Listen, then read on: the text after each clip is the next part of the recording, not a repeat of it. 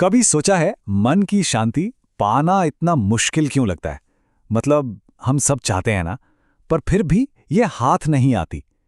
पता है प्राचीन ग्रंथों में ना इसका एक बहुत गहरा रास्ता बताया गया है। एक ऐसा रास्ता जो हमारे कर्म, हमारी भावनाओं और इस शांति की खोज इन सबको आपस में जोड़ता है। तो चलिए आज मिलकर इसी रास्ते को समझने की कोशिश करते हैं। तो चलिए शुरुआत एक बहुत ही बुनियादी सवाल से करते हैं जो हम सब के मन में कभी ना कभी आता जरूर है। ये जो गुस्सा है, ये जो डर है, आखिर ये सब आता कहां से है? क्योंकि देखिए, इन भावनाओं की जड़ को समझना ही इन्हें पार करने का पहला कदम है। किसी भी हल को खोजने से पहले समस्या की जड़ तक पहुंचना बहुत जरूरी है। और इस प्राचीन ज्ञान के हिसाब से हमारी जो अंदर की बेचैनी है ना, वो एक बहुत ही खास सिलसिले का नतीजा है। और ये सब शुरू होता है एक बहुत ही मामूली सी चीज से। सब कुछ, हर कहानी शुरू होती है एक साधारण सी इच्छा से, जिसे कहते हैं कामना। ये एक नया फोन लेने की इच्छा हो सकती है, किसी परीक्षा में पास होने की इच्छा, ये बस ये चाहत के हालात थोड़े बेहतर हो जाएं। ये तो ये तो मानवीय स्वभाव का एक बहुत ही सहज हिस्सा है। लेकिन जब यही साधारण सी इच्छा बहुत ज्यादा बढ़ जाती है, तो ये बन जाती है राग, मतलब अटैचमेंट। अब आप सिर्फ प्रमोशन चाहते नहीं हैं, बल्कि आपकी सारी की सारी खुशी उसी पर टिक जाती है। आपकी पहचान, आपका वजूद उस एक नतीजे से जुड़ जाता है। और होता क्या है, जब हम किसी चीज से इतना ज्यादा जुड़ जाते हैं, बस दो ही भाव मन पर कब्जा कर लेते हैं, भय और क्रोध। डर कि कहीं वो चीज मिल ना पाई तो, और अगर मिल गई तो उसे खोने का डर, और अगर कोई बीच में आया तो सीधा गुस्सा। ये एक ऐसा चक्र है जिसमें हम में से ज्यादातर लोग कभी ना कभी फंसी जाते हैं। तो फिर सवाल ये है कि इस चक्र को तोड़ा कैसे जाए? यहीं पर प्राचीन दर्शन एक बहुत शक्तिशाली समाधान देता है, निष्काम कर्म। अगर सरल शब्दों में कहूं तो ये है फल की चिंता किए बिना अपना काम करते रहने का सिद्धांत। बस अपना सर्वश्रेष्ठ दीजिए, अपना कर्तव्य निभाइए, और फिर जो भी परिणाम हो उसे ईश्वर पर छोड़ दीजिए। अच्छा, यही सिद्धांत हमारे आध्यात्मिक जीवन पर कैसे लागू होता है? यहाँ हमें ईश्वर से जुड़ने के दो बिल्कुल अलग अलग रास्ते दिखाई देते हैं, दो अलग अलग नजरिए। तो देखिए, एक तरफ है सकाम उपासना।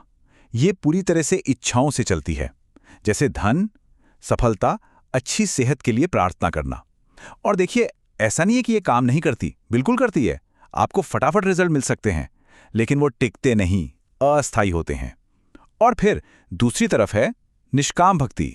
यहां मकसद कोई बाहरी इनाम पाना है ही नहीं। यहां तो खोज परम सत्य की है, ईश्वर के साथ एक होने की है।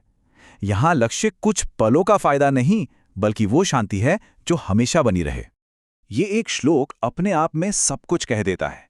इसका सार यह है कि परमात्मा आपके इरादे का ही आईना है। आप जिस भाव से उनकी ओर बढ़ते हैं ना, वो भी उसी भाव से आपकी ओर आते हैं। अगर आप भौतिक चीजें मांगेंगे तो हाँ, वो मिलेंगी, लेकिन अगर आप गहरी सच्ची शांति की तलाश करेंगे तो आपको उसका मार्ग दिखाया जाएगा। चुनाव पूरी तरह से हमारा है। तो ये परम शांति जिसकी हम इतनी देर से बात कर रहे हैं, ये असल में है क्या? महसूस कैसे होती है? ये सिर्फ तनाव का ना होना नहीं है, नहीं, ये उससे कहीं ज्यादा गहरी चीज है। आइए जरा इसके स्वरूप को समझते हैं। इस अवस्था के केंद्र में एक शब्द है समत्व। इसे ऐसे सोचिए जैसे कोई गहरा सागर हो। सतह पर तो लहरें उठ सकती हैं, सुख की, दुख की, सफलता की, असफलता की, लेकिन सागर की गहराई में हमेशा एक अथाह शांति, एक ठहराव बना रहता है।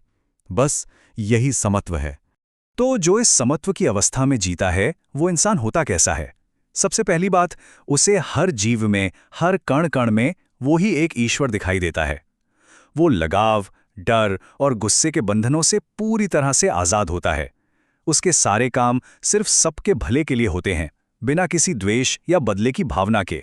सच कहूं तो उसका पूरा जीवन ही उस परमात्मा की एक जीती जागती मिसाल बन जाता है। और सबसे खूबसूरत बात पता है क्या है? ये कि आप कोई भी रास्ता चुनें, चाहे वो निस्वार्थ कर्म का हो, निस्वार्थ भक्ति का हो या फिर ज्ञान का, जब तक आपका इरादा सच्चा और निस्वार्थ है, ये सभी रास्ते आपको एक ही अद्भुत मंजिल की ओर ले जाते हैं, परम शांति। तो मैं आपको इसी एक गहरे विचार के साथ छोड़कर जाता हूं। अगर परमात्मा हमें वही देते हैं जो हम उनसे मांगते हैं, तो क्या हम वाकई वो मांग रहे हैं जो हम असल में चाहते हैं? क्या हमें कुछ समय का फायदा चाहिए, या वो शांति जो कभी खत्म ना हो? ये एक ऐसा सवाल है जिसका जवाब हम सभी को अपने अपने अंदर ही खोजना है।